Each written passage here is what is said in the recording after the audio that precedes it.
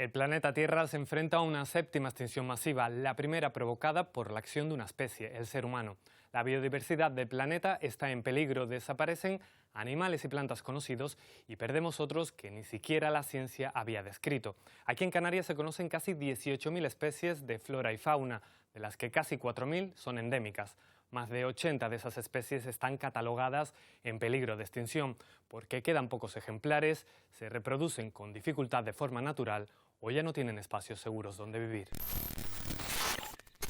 La mitología clásica situaba a Canarias en el continente perdido de la Atlántida o en el jardín de las Hespérides. Hoy esas islas afortunadas se enfrentan a retos medioambientales como la presión urbanística o las especies invasoras. Quienes habitan en Canarias mucho antes que nosotros ahora se aferran a la vida en lugares inaccesibles huyendo del peligro. En este reportaje queremos mostrarles la situación crítica que viven muchos supervivientes, esos que ahora mismo se resisten a convertirse en los últimos de su especie.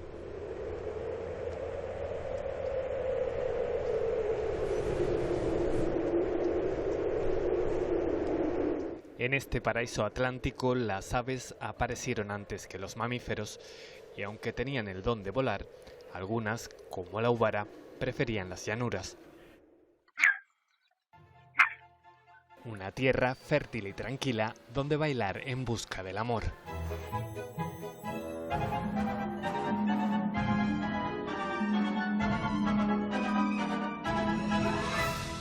Y así fue hasta que las cosas cambiaron.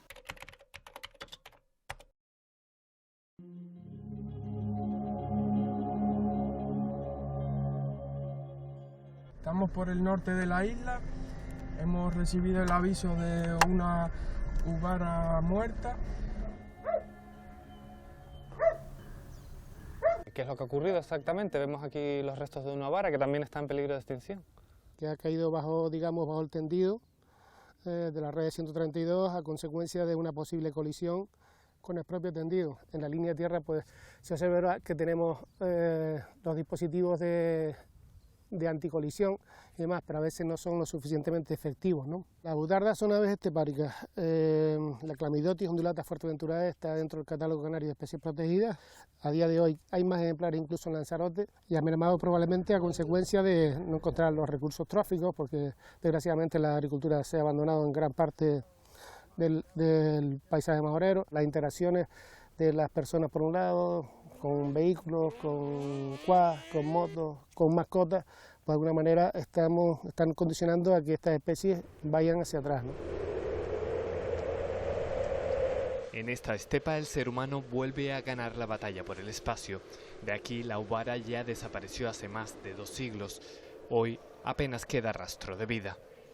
Pues en las últimas décadas, primero con la agricultura intensiva, posteriormente con la urbanización desmesurada y actualmente con la implantación masiva y sin planificación de parques eólicos y plantas fotovoltaicas, pues todo este espacio ha sido muy degradado y actualmente pues nos encontramos especies como el alcaraván, la terrera marismeña, que es una pequeña ave que está también en vías de desaparecer. Están los últimos datos de cría de corredor sahariano, que en esta zona es conocida como gariñuela. Hay observaciones incluso de hasta 31 ejemplares en el 2017.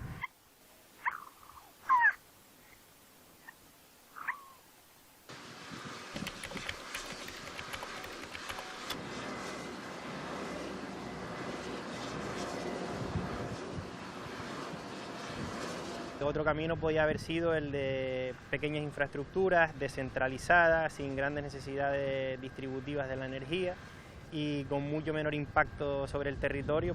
Cualquier perjuicio que causemos a nuestro entorno, a la pronta o a la larga, va a tener repercusiones sobre nuestro bienestar también, sobre nuestra especie.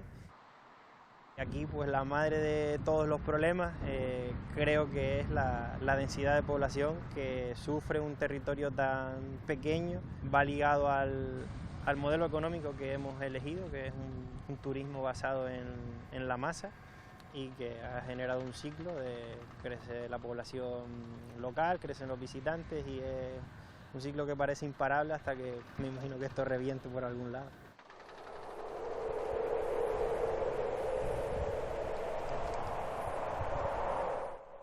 En el paraíso sobraban los peces y reinaba el silencio. La madre naturaleza bendijo a un águila con el don de pescar. El vuelo del guincho se desvanece en un cielo lleno de incertidumbre. El águila pescadora es una de las rapaces más grandes que tenemos en las Islas Canarias, con una envergadura de ala a ala de más de 1,5 metros. Los ojos tienen una especie de filtros polarizadores para poder ver las presas cuando está planeando.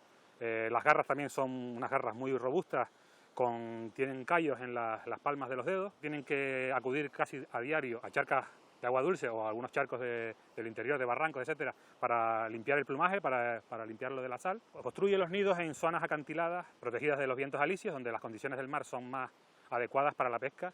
Mira, parece que en el nido hay algo. Vamos a mirar con el telescopio. Parece una gaviota. Otro síntoma de la regresión de la especie, ¿no? Que ahora está otro nido abandonado por el guincho. Somos agentes de medio ambiente del Parque Rural de Teno. Nos encontramos en un espacio que a nivel nacional tiene bastante importancia en cuanto a la conservación de la biodiversidad que contiene. En la época de incubación, el problema cuando la gente produce ruido, eso lo que provoca es que los adultos, los que están empollando, pues se asusten y abandonen el nido. Con la gran insolación que tenemos en este entorno, entonces puede producirse una deshidratación de ese huevo, con lo cual no vamos a tener éxito reproductor.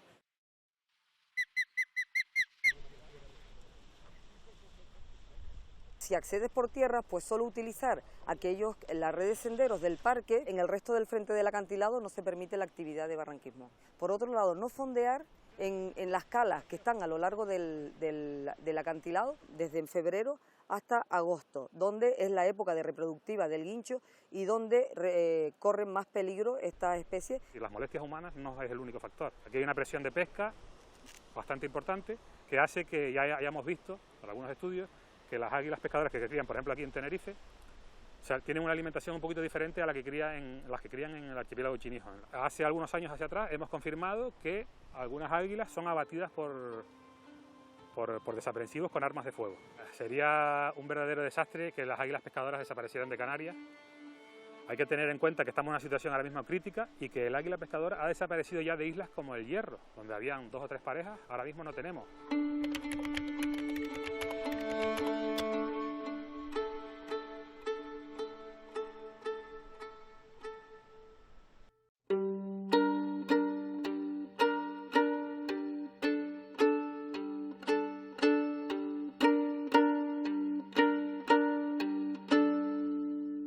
Ladón era un dragón de 100 cabezas que, según la mitología, cuidaba del jardín de las Hespérides.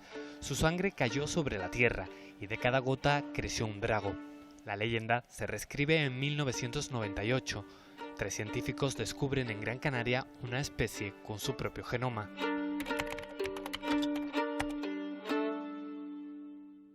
Su historia se protege en una cámara acorazada del Jardín Canario.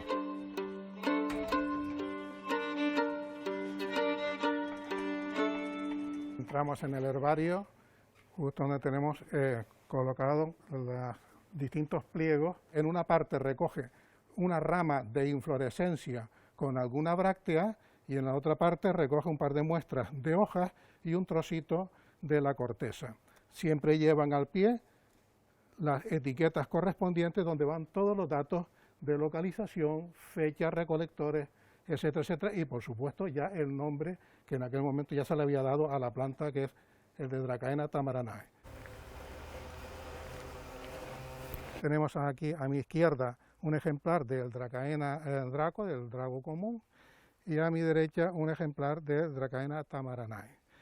Precisamente fueron estas diferencias que casi se ven a simple vista cuando nos dimos cuenta de que estábamos posiblemente, en aquel momento, ante una cosa nueva. Por ejemplo, las inflorescencias son mucho más ramificadas y los frutos son más pequeños y oscuros, más negros.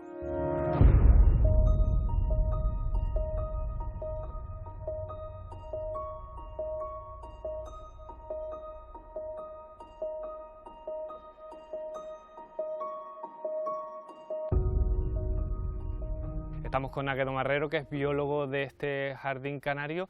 Tenemos aquí un ejemplar del drago de Gran Canaria. ¿Qué es lo que hacen ustedes aquí en el jardín para reintroducir esta especie en peligro de extinción?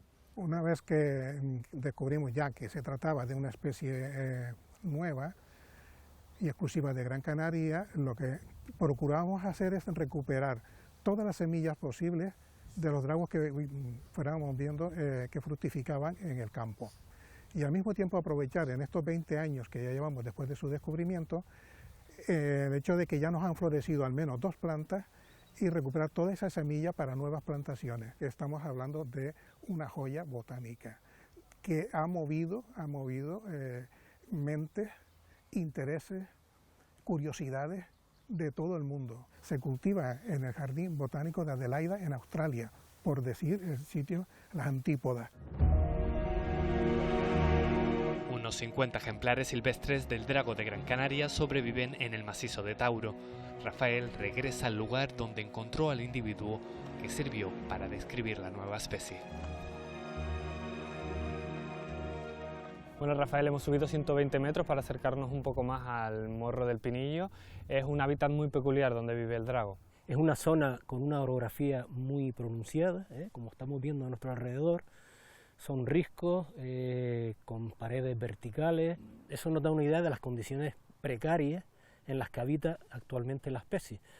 Es probable que en el pasado existieran dragos con más abundancia en zonas más accesibles, pero seguramente sufrió una fuerte presión por parte del hombre, incluso desde la época prehispánica. El drago no se está reproduciendo de forma natural, bien porque está en una situación de escasez extrema, las fructificaciones son muy esporádicas, está al borde de la extinción y es preciso implementar cuanto antes un plan de recuperación. En este plan no sobra ni una sola especie. La salud de un ecosistema se mide por su biodiversidad.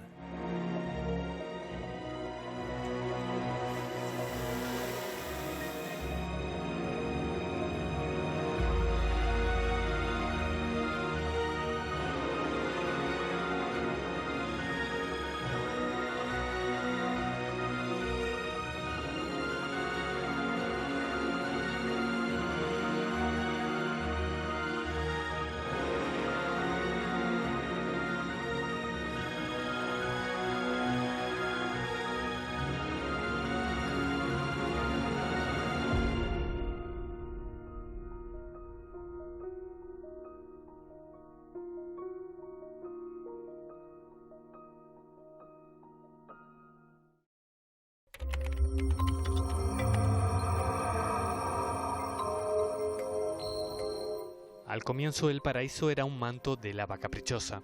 El volcán de la Corona derramó sus entrañas hasta la costa de Lanzarote, esculpiendo un tubo volcánico cuyo techo se derrumbó en algunos puntos.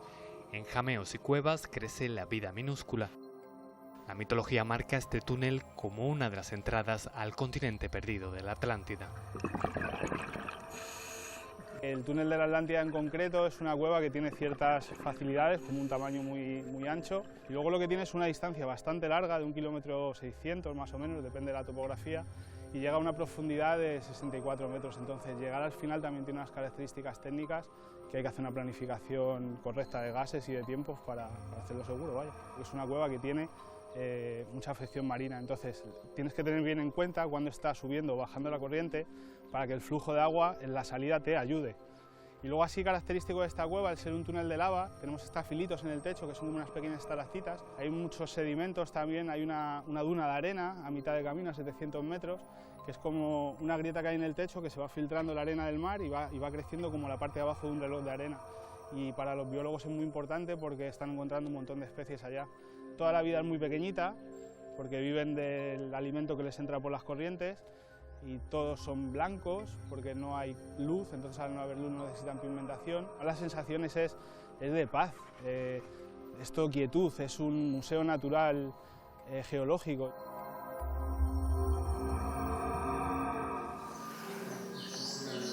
El túnel de la Atlántida emerge en los jameos del agua. Aquí, las criaturas ciegas y albinas establecieron su reino de la oscuridad. Pedro Oromí, catedrático de Zoología de la Universidad de La Laguna. Estamos en Lanzarote, en los jameos del agua, un hábitat particular. ¿Quiénes viven aquí? Esta cueva es lo que se llama una cueva anquialina, que es una cueva que ha sido inundada por agua del mar. La cueva se formó hace 20.000 años, cuando el mar estaba más bajo.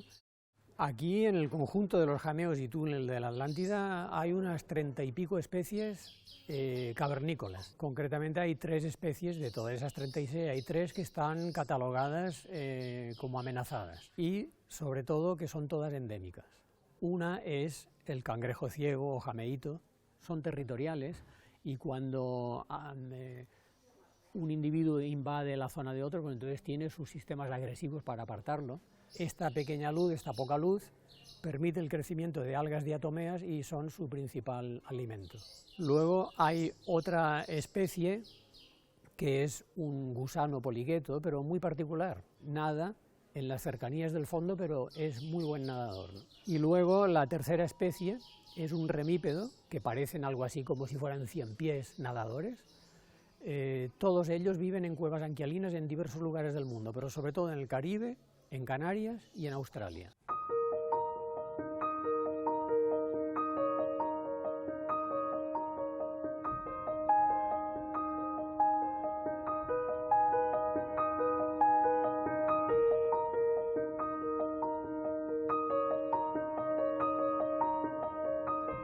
Aquí hubo amenazas peores que actualmente, pero claro, al ser un sitio turístico es delicado mantener una cierta conservación.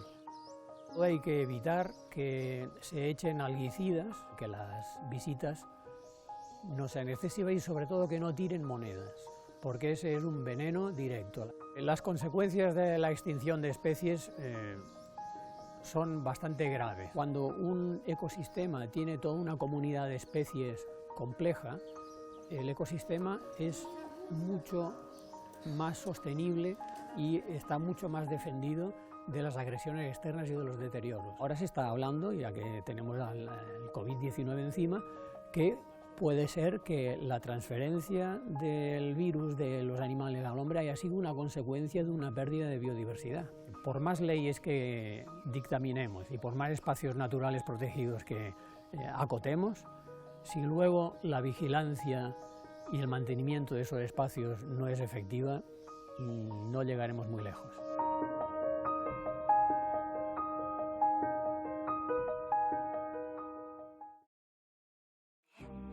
La superstición dio a los reptiles el grado de impuros, pero en el paraíso, mucho antes del humano, los saurios disfrutaban de la abundancia. Hoy quedan especies endémicas en 4 islas, una de las más amenazadas vive en La Gomera, donde hasta hace 22 años se pensaba que el lagarto gigante había desaparecido para siempre del jardín.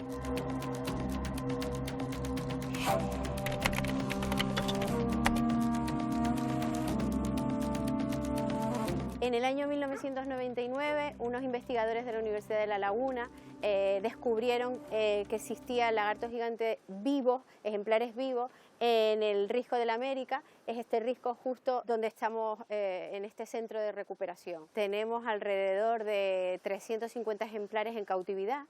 En los primeros años, en los primeros inicios, se empezó a trabajar con apenas 10, 12 ejemplares que habían venido del Risco. El protocolo de reproducción que seguimos aquí en el centro, pues comienza ahora, establecemos ya los cruces, los emparejamientos, se ponen las parejas y aproximadamente en el mes de junio ya empiezan las hembras a poner los huevos. Las mayores amenazas que tiene el lagarto gigante de La Gomera, como muchos otros vertebrados en Canarias, son los depredadores como los gatos, ratas. El lagarto gigante de La Gomera tiene como característica especial, única, esa garganta blanca, los músculos maceteros. Este es el terrario 4B, ¿verdad, Gerardo? Sí. Vale, pues ahí tenemos 4 hembras reproductoras, desparasita esa. Sí. Esta mide 177 de boca cloaca, pues pesa 207,10. Me falta mirarle el código microchip. Ahora habría que empezar con el protocolo de reproducción de la alimentación, ponerle las vitaminas y un poco de calcio a las hembras, una vez por semana.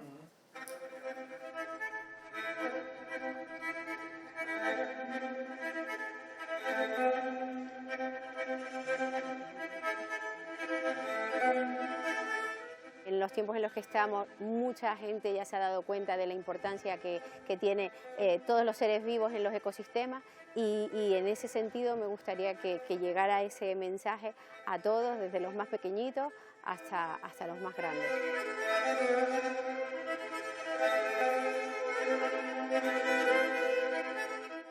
Los lagartos gomeros se miran en el espejo de sus primos serreños, donde el plan de recuperación ha dado sus frutos.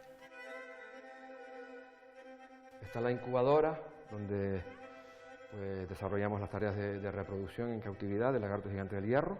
Está ahora mismo a 29-30 grados, que es la temperatura ideal. Dura aproximadamente 2 meses de incubación. Entonces, aquí tenemos uno de los recipientes, lleno su interior por vermiculita, que es un material especial que retiene muchísimo la humedad. Cada hembra puede poner hasta un total de 14, incluso 15 huevos de forma excepcional. Estos son algunos ya huevos que ya eclosionaron. Esta es una camada de 10 lagartos que nació durante 2020, entre agosto y septiembre. Son animales que ahora mismo están con luz de espectro total, que un poco simula las condiciones de iluminación del sol. Está puesto de 12 a 6 y un poco se está vigilando aquí que los animales pues no compitan entre ellos, que coman todos, digamos que no haya enfermedades. El lagarto gigante del hierro era una especie que estaba distribuida a lo largo de toda la isla, en diversos hábitats de piso de costa y el piso de medianía. Por diversas razones condujo a su extinción, entre ellas pues la pérdida de hábitats, el consumo que hacían los aborígenes por parte de los lagartos como fuente de alimento, la introducción de gastos asilvestrados. Se redescubrió en el año 1974, sin embargo, cuenta con varios parientes en las islas de Tenerife y La Gomera. Son primos hermanos, hubo que capturar algunos individuos, concretamente un macho, 2 hembras y un juvenil, que fueron los progenitores iniciales de partida. El lagarto gigante del hierro es un lagarto grande, alcanza los 60 centímetros de longitud.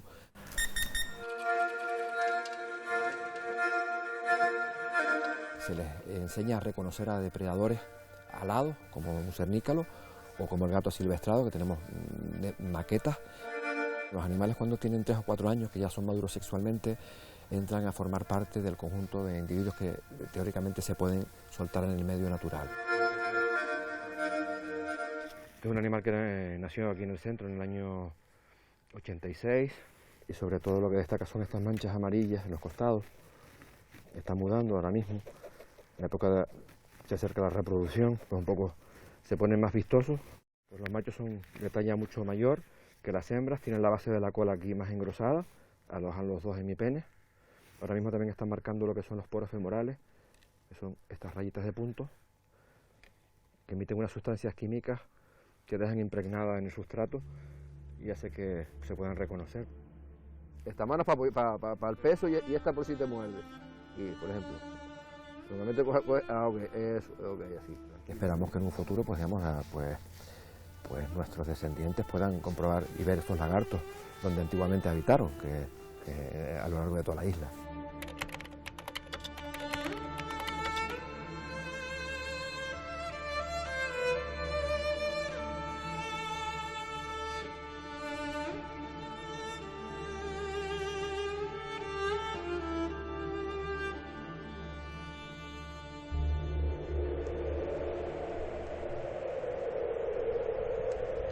Si la naturaleza demostró algo en su gran obra del paraíso, es que nada es tan simple como parece.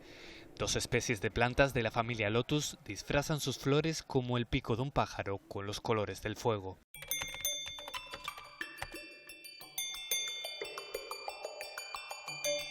El pico de fuego, las hojas son alargadas y finitas, de una tonalidad de verde grisácea. Esta es la otra especie que está catalogada en peligro de extinción. Este es el pico de cernícalo, Lotus eremithicus, que se encuentra en una zona de termófilo de medianías, a unos 300 metros sobre el nivel del mar. Verán que tienen las hojas más pequeñitas, más redondeditas y un verde pues, más lustroso.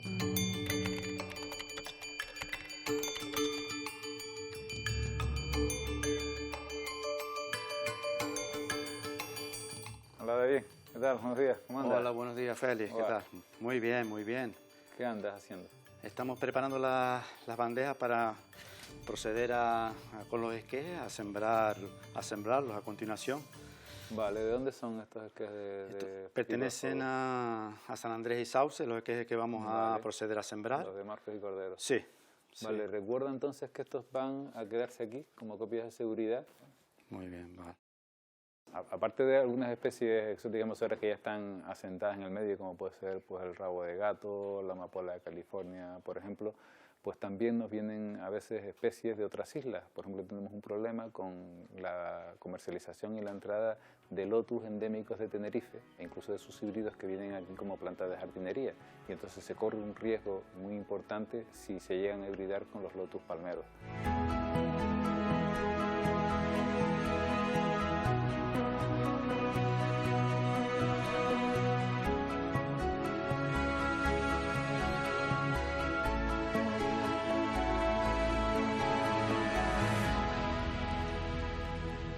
Félix, hemos subido hasta el lomo de la Monja, donde ustedes plantaron estos ejemplares ya hace 13 años. ¿Cómo han ido evolucionando? Se llegaron a plantar en toda esta zona unos 2.000 ejemplares nuevos, de los cuales quedan aproximadamente unos 500. Hemos ido dejando que las poblaciones fueran evolucionando de forma natural. Curiosamente han aparecido los últimos ejemplares después de los grandes incendios que han asolado esta zona. Las leguminosas necesitan cierto calor que favorece la germinación de las semillas y probablemente la competencia que le supone la pinocha necesita que se creen zonas abiertas. Las principales amenazas son los herbívoros introducidos, conejos en ambos casos, arruis, sobre todo aquí en esta parte del Pinar, y el ganado silvestrado, tanto aquí como también con el pico cernícalo, ¿no? Hay que tener en cuenta que esos factores de amenaza están causados sobre una especie o dos especies que son endémicas de La Palma, es decir, que no existen en otro lugar del mundo. Si desaparecen de La Palma, desaparecen para siempre. Tenemos también mucha falta de información básica que es necesario. Si queremos conservar algo, tenemos que quererlo, y si queremos quererlo, tenemos que conocerlo.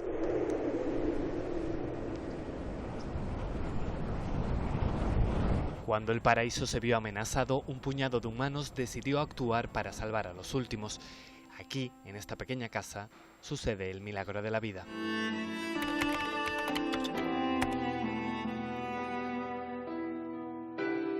Yo todos los días llego, ¿vale? Cierro la puerta, que tiene que estar cerrada, apago el aire controla la humedad relativa, compruebo la temperatura, ¿vale? La temperatura dentro del termómetro y la temperatura de la incubadora, compruebo que sean la misma, compruebo que las incubadoras tienen el agua que tienen que tener y pues peso el huevo. Una pregunta, ¿cómo va el tema de los huevos? ¿Cómo va el peso? Pues mira, hay uno que va muy bien, ¿vale? Está dentro de los parámetros de la gráfica que me diste, pero el huevo 2 no. ¿Vas a estar tú hasta que eclosione? O sea, ¿tú vas a ser la que vas a estar? Soy yo y la otra compañera. La otra compañera se están turnando, vienen de lunes a viernes. ¿Están teniendo problemas aquí con el agua y todo esto? No, ninguno. Ana Calero, bióloga del Cabildo de Fuerteventura, queríamos saber cuál es la situación actual del guirre en la isla. ¿Cómo está la población de guirre? Está muy bien, se ha recuperado y se ha duplicado. En un tema de 10 años se ha duplicado. Era una especie que estaba presente en todas las islas y llegó un momento en que solo estaba presente en Fuerteventura y que no había más de 100 ejemplares. A raíz de ahí, pues se la declaró en peligro de extinción. El guirre es una ave carroñera, se alimenta de animales muertos, no caza. Él es el último en la cadena, ¿no? Alguien lo caza un animal o lo mata, se alimentan todos y luego llega él y ya come pues una materia orgánica un poquito en descomposición. Tenemos unas cámaras en el nido, en el jaulón, unas que te enfocan al nido más cerca y otra un poco de frente. Podemos saber cuándo pusieron el huevo y las pautas que ellos siguen de incubación. Independientemente de que les quitemos los huevos, como se lo quitamos y le ponemos un señuelo, pues también tenemos que ir controlando el comportamiento de ellos, porque lo que interesa es luego ponerles el pollo una vez que nazca.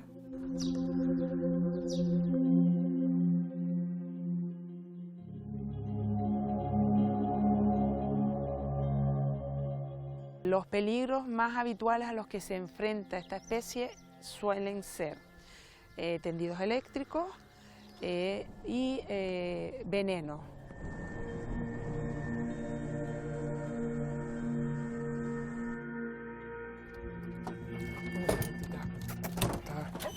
¿Dónde está?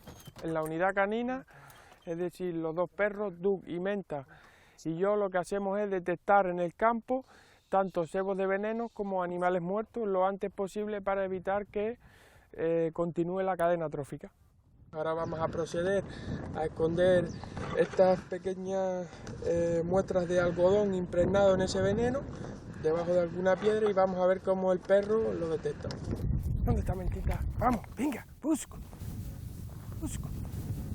Como pueden ver, el perro acaba de detectar el veneno y se sienta, que es la señal que él nos está dando a nosotros de que ahí hay algo. Los perros detectan 6 sustancias de veneno, desde las más potentes, carbofurano, aldicar, hasta las más flojas, bromomadilona o incluso rodenticidas, veneno para las ratas. El uso de veneno está totalmente prohibido, se envenena un cuervo, muere el cuervo, luego viene el carroñero que es el guirre, que come carroña, se nos envenena el guirre.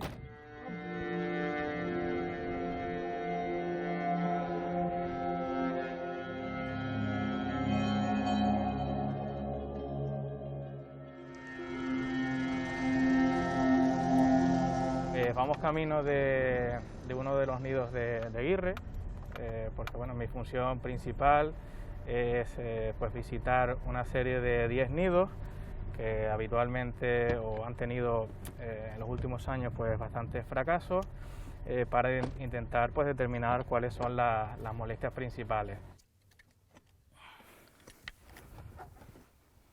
Generalmente utilizamos material óptico de gran alcance, como puede ser el caso de los telescopios o prismáticos. Nos fijamos en el nido sobre todo en el estado que se encuentra, si está la pareja, si ya están incubando, si tienen huevos, y luego pues intentamos estar pues varias horas en el mismo punto para intentar determinar cuáles son las molestias que le afectan. La época en la que se llevan a cabo estas visitas sistemáticas son desde febrero hasta finales de julio, que es la época reproductora, en este caso del guirre. Pues suelen poner 1 o 2 huevos. Si vemos algún ave pues, que se encuentra alertada por nuestra presencia, lo prudente sería pues, abandonar el territorio lo antes posible para restablecer pues, la normalidad. Si quieres, ven, acércate, así podrás ver uno de los guirres que se encuentra incubando en estos momentos en su nido.